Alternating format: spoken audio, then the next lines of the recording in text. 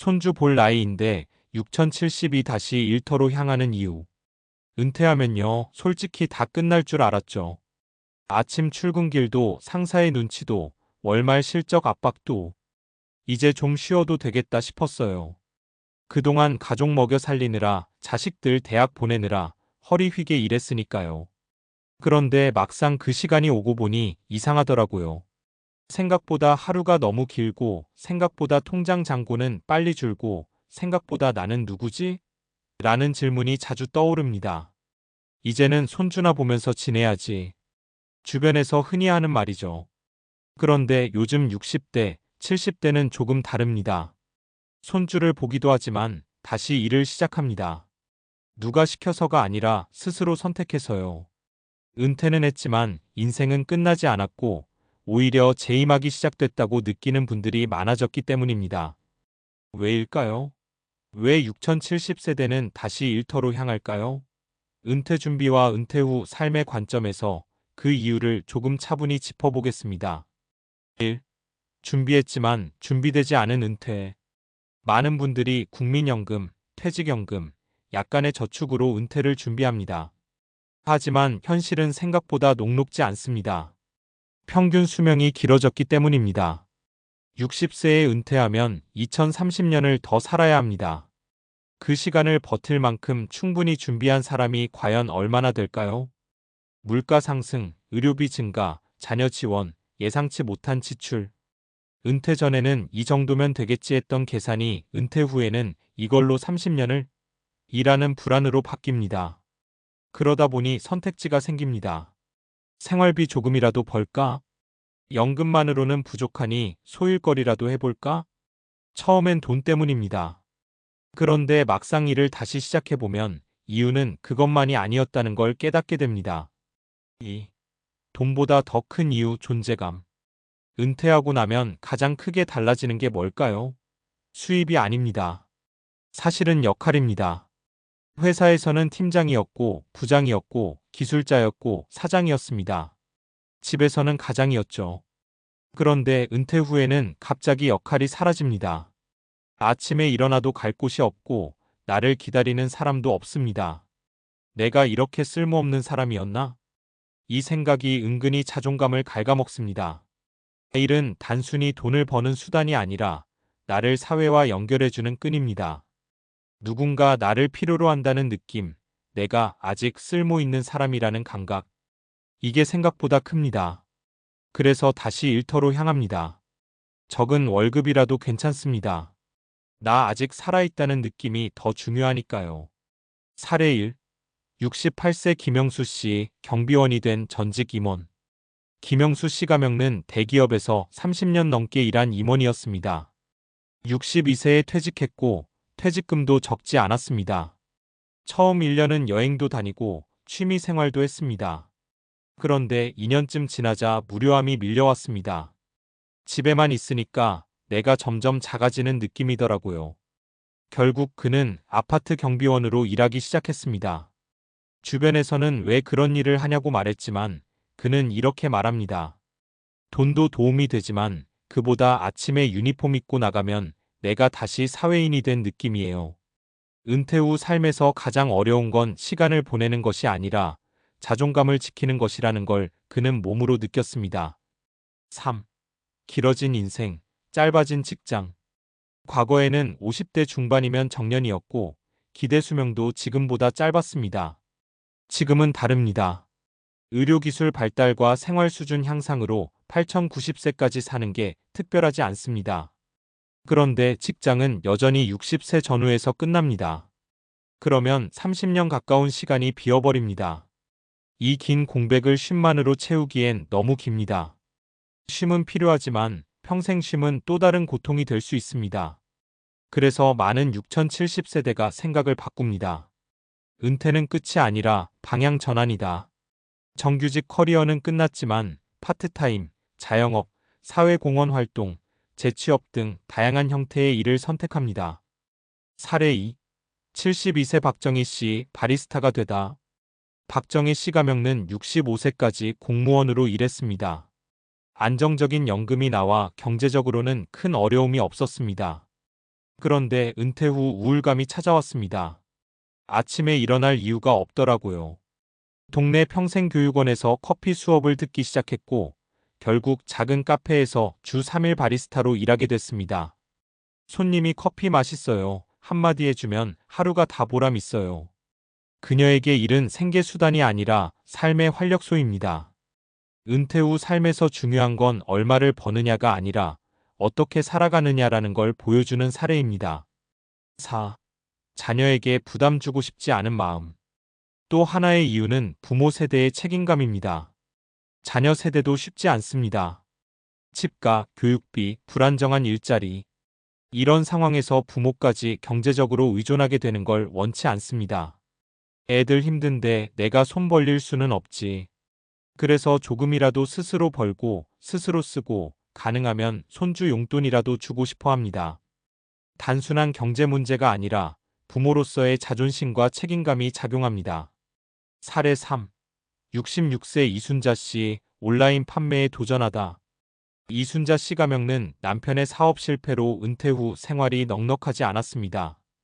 처음엔 막막했지만 젊을 때 배운 손뜨개 실력을 살려 온라인으로 수세미와 목도리를 판매하기 시작했습니다. 처음엔 하나도 안 팔렸어요. 그래도 포기 안 했죠. 지금은 단골 고객도 생겼고 매달 일정한 수입이 생깁니다. 그녀는 말합니다. 돈도 돈이지만 내가 뭔가 해냈다는 게 좋아요. 아직 나 안 죽었구나 싶죠. 은퇴 준비는 단지 돈을 모으는 게 아니라 나만의 무기를 준비하는 일이라는 걸 보여줍니다. 그렇다면 우리는 무엇을 준비해야 할까? 6070세대가 다시 일터로 향하는 이유를 보면 단순히 가난해서가 아닙니다. 물론 경제적 이유도 큽니다. 하지만 그 이면에는 더 본질적인 질문이 있습니다. 나는 은퇴 후 어떤 사람으로 살 것인가? 나를 필요로 하는 곳은 어디인가? 돈 말고 나는 무엇으로 나를 증명할 것인가? 은퇴 준비는 통장 잔고만 채우는 게 아닙니다. 관계를 준비하고 건강을 준비하고 무엇보다 역할을 준비해야 합니다. 취미를 일로 발전시킬 수 있는지, 새로운 기술을 배울 수 있는지, 봉사나 사회활동을 통해 역할을 만들 수 있는지 고민해야 합니다. 요즘 60대, 70대는 예전의 노년과 다릅니다. 더 건강하고 더 배우고 싶어하고 더 오래 살아갑니다. 그러니 은퇴도 달라져야 합니다. 완전한 종료가 아니라 유연한 전환으로요. 손주 볼 나이인데라는 말 속에는 사실 편견이 숨어 있습니다. 6070은 더 이상 여생이 아니라 또 하나의 현역입니다. 손주도 보고 여행도 가고 그리고 필요하다면 다시 일합니다. 은퇴는 인생의 쉼표일 뿐 마침표는 아닙니다. 어쩌면 지금 우리에게 필요한 건 언제 그만둘까가 아니라 어떻게 계속 살아갈까라는 질문인지도 모릅니다. 앞에서 이야기했듯이 6070세대가 다시 일터로 향하는 이유는 단순히 생활비 때문만은 아닙니다.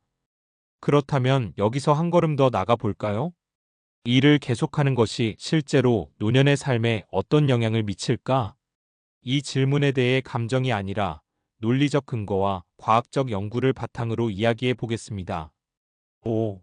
일은 뇌를 늙지 않게 한다인지 기능과의 관계. 나이가 들면 누구나 기억력이 예전 같지 않다고 느낍니다. 하지만 노화가 곧 급격한 인지 저하를 의미하는 것은 아닙니다. 최근 노년학과 신경과학 연구에 따르면 지속적인 정신활동과 사회적 상호작용은 인지 기능 저하 속도를 늦추는데 긍정적 영향을 준다는 결과가 반복적으로 보고되고 있습니다. 일을 한다는 건 단순 노동이 아닙니다. 문제를 해결하고, 사람과 소통하고, 새로운 상황에 적응하고, 책임을 지는 과정입니다. 이 과정은 뇌를 지속적으로 자극합니다. 뇌는 사용하면 유지되고 쓰지 않으면 약화되는 기관입니다. 이를 신경가소성 NeuroPlasticity라고 하죠. 나이가 들어도 새로운 연결망을 형성할 수 있다는 뜻입니다. 은퇴 후 아무런 역할 없이 지내는 경우와 주 23회라도 일을 하거나 사회활동을 하는 경우를 비교했을 때 후자가 인지 저하 위험이 낮다는 연구 결과도 있습니다. 물론 모든 사람이 반드시 일해야 한다는 뜻은 아닙니다. 하지만 의미 있는 활동은 분명히 뇌 건강에 도움이 됩니다. 결국 6072-1터로 향하는 건 무의식적으로라도 뇌를 계속 쓰고 싶어하는 생존 본능일지도 모릅니다. 6.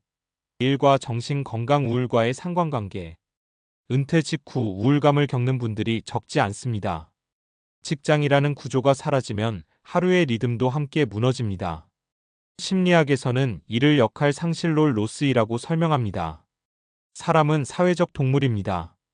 누군가와 연결되어 있고, 인정받고, 기여하고 있다는 느낌. 이 세 가지가 충족될 때 정서적 안정이 유지됩니다. 일은 이 세 요소를 동시에 제공합니다. 특히 남성의 경우 평생을 직업 정체성으로 살아온 경우가 많습니다. 나는 회사 부장이다라는 문장이 나는 그냥 집에 있는 사람이다로 바뀌는 순간 자존감이 흔들립니다. 여성 역시 자녀 양육이 끝난 후 공허함을 느끼는 경우가 많습니다. 연구에 따르면 은퇴 후에도 파트타임 형태로 사회활동을 지속하는 집단이 완전 은퇴 집단보다 우울 증상이 낮게 나타났습니다. 이는 수입 규모와는 별개의 문제였습니다. 즉, 중요한 건 금액이 아니라 참여입니다. 7. 신체 건강 활동 수준과 생존율. 의학적으로도 활동적인 노년은 건강과 직결됩니다. 규칙적인 움직임은 심혈관 질환, 당뇨, 비만, 근감소증 위험을 낮춥니다. 그런데 흥미로운 점은 일을 하는 사람은 자연스럽게 활동량이 유지된다는 것입니다. 출퇴근을 하고 사람을 만나고 몸을 쓰고 말을 하고 이 모든 것이 비운동성 활동 열량 NEAT를 높입니다. 단순히 헬스장에서 운동하는 것과는 또 다른 의미의 생활 활동입니다. 세계 여러 장수 지역을 연구한 결과 공통점 중 하나가 완전한 은퇴 문화가 없다는 점이었습니다. 나이가 들어도 농사를 돕거나 가게를 보거나 공동체 역할을 수행합니다. 삶과 일이 완전히 분리되지 않습니다. 결국 완전히 쉬는 삶이 반드시 건강한 삶은 아닐 수 있다는 점을 생각해 볼 필요가 있습니다. 8.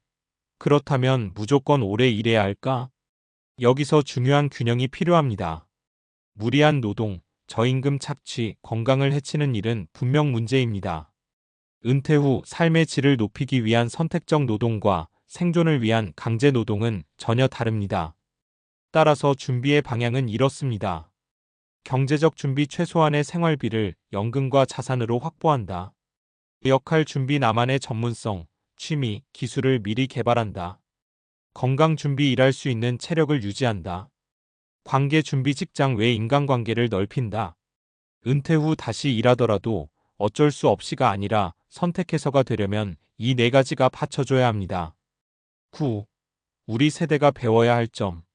지금 4050대라면 6070의 모습을 남의 일처럼 보면 안 됩니다. 평균 수명이 계속 늘어나는 상황에서 우리 역시 30년 이상의 노년기를 맞이하게 됩니다. 은퇴를 종료 시점으로 설계하면 불안해집니다. 은퇴를 전환 지점으로 설계하면 유연해집니다. 직업 하나의 정체성을 모두 걸어두는 시대는 지나가고 있습니다.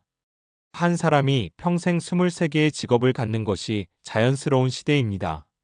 그렇다면 은퇴 후 두 번째, 세 번째 커리어는 오히려 당연한 흐름 아닐까요? 마무리하며 손주 볼 나이인데 라는 말은 여전히 유효합니다. 하지만 거기에 한 문장을 더 붙여야 할 것 같습니다. 손주도 보고 나의 일도 하는 나이. 일은 단지 생계가 아니라 뇌를 지키고 마음을 지키고 몸을 지키는 장치일 수 있습니다. 물론 쉼도 필요합니다. 그러나 완전한 멈춤이 아니라 속도를 조절하는 삶이 더 현실적일지도 모릅니다. 은퇴 후 삶을 준비한다는 건 결국 이런 질문을 스스로에게 던지는 일입니다. 나는 몇 살까지 살 것인가? 가 아니라 나는 몇 살까지 의미 있게 살 것인가? 6072-1터로 향하는 이유는 어쩌면 그 답을 몸으로 실천하고 있기 때문일지도 모릅니다.